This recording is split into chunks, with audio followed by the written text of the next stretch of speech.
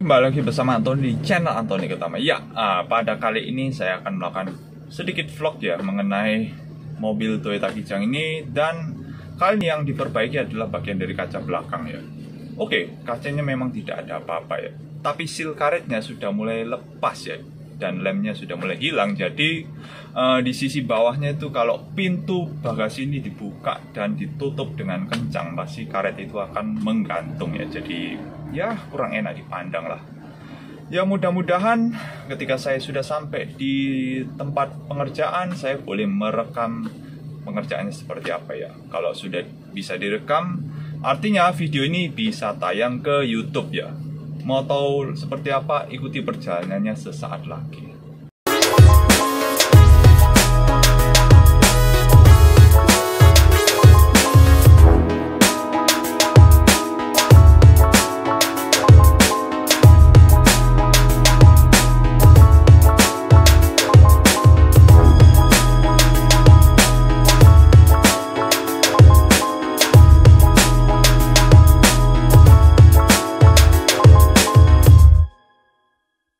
Ini bagian yang akan diperbaiki nanti, yaitu berupa seal di kaca belakang ini ya. Oke, ini kan karetnya sudah lepas di sisi kanan kiri, dan ini kok sambungannya hilang di tengah, saya juga tidak tahu. Ya, kaca ini sebelumnya pernah pecah dan diganti kacanya, dan mungkin sudah tahun 2013 ya seingat saya, dan ini yang udah mulai lepas dan perlu dilem lagi. Ya, kurang lebih seperti itu garis besarnya ya untuk perbaikannya nanti. Oke, selain membenarkan seal kaca belakang, sebenarnya saya juga membenarkan central lock, terutama untuk pintu penumpang bagian depan ya. Karena central lock ini aftermarket, kemungkinan motornya sudah lemah ya. Ya, mungkin tidak seawet bawaan pabrik ya tentunya. Tapi sebenarnya masih berfungsi ya, walaupun terkadang pintu ini tidak mau terkunci ya ketika central lock diaktifkan ya. Ya, karena alasan itulah maka saya memutuskan untuk mengganti agar ya tidak semakin parah lah kerusakannya. Ya, kurang lebih seperti itu saja. Silahkan dinikmati video pengerjaan central lock ini ya. Oke, yang pertama kita membuka door trim terlebih dahulu. Ya, itu yang perlu dilakukan pertama kali. Baru setelah door trim terbuka, kita membuka pelindung plastiknya ya, karena di situ di dalam ada pelindung plastik tambahan. Dan baru setelah itu kita melepas kabel yang terhubung dengan speaker audionya ya. Baru setelah terlepas ya, itu agar door trimnya bisa ditaruh di tempat lain ya, agar pengerjaannya lebih leluasa.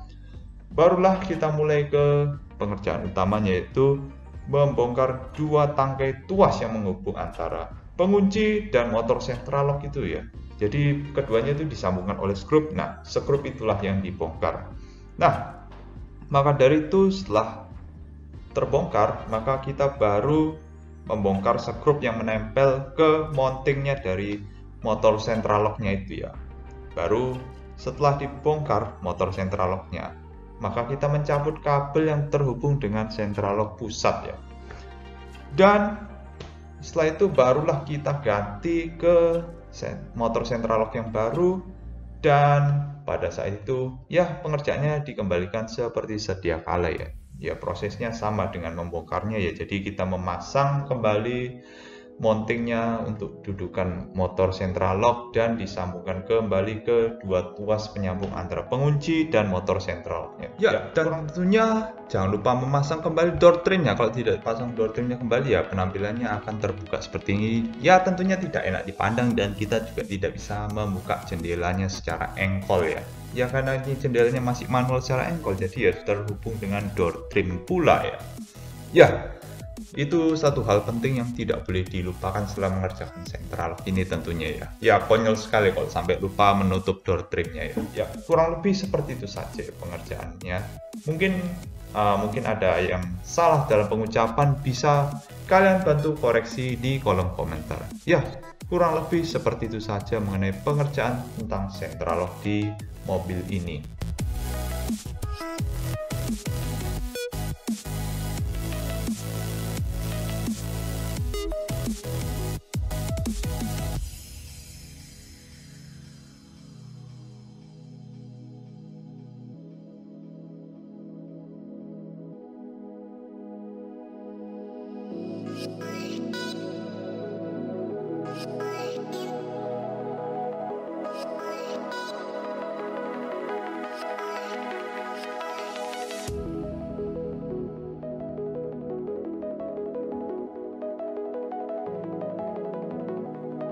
Oke, setelah dilakukan uji coba, sentral lock ini berfungsi dengan baik.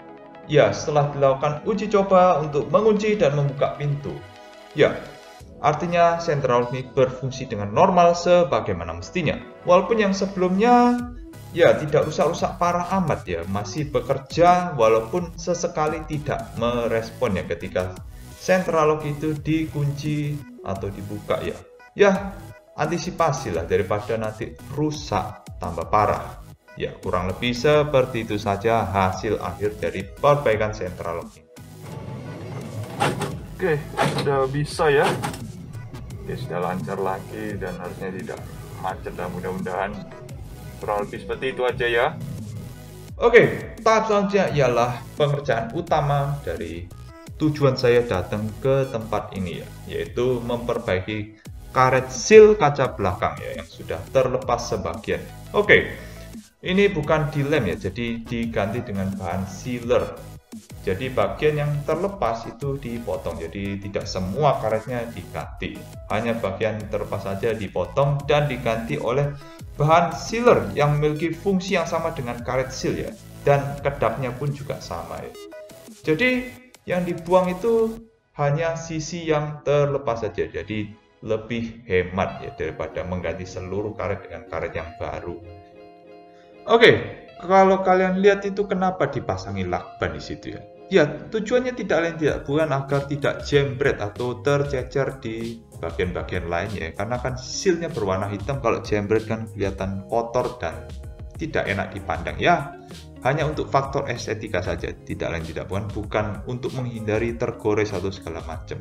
Ya, kurang lebih seperti itu saja mengenai penggunaan lakban pada sealant kali ini.